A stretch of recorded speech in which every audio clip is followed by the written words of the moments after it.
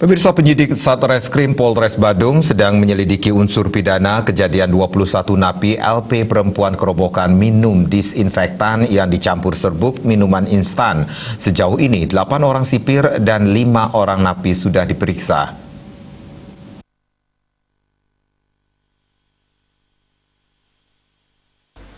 Menurut Kapolres Badung AKBP Robi Septiadi, dari hasil pemeriksaan saksi-saksi ini, para korban hanya ingin bersenang-senang.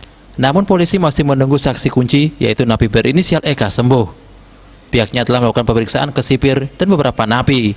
Dilakukan bertahap dan cari waktu karena masih ada dalam perawatan. Jadi patut diduga kelalaian warga binaan karena mereka ingin bersenang-senang dengan coba buat racikan minuman beralkohol.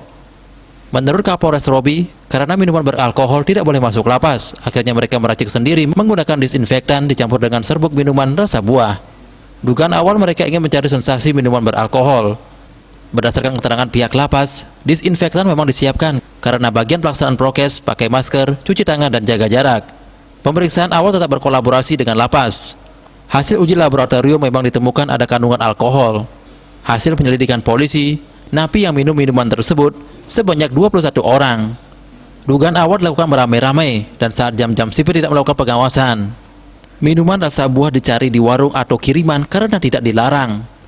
Pihaknya sangat hati-hati menangani kasus ini karena tidak ingin kontraproduktif. Terkait unsur pidananya masih digali. Apakah ada kesengajaan sampai buat orang meninggal atau tidak?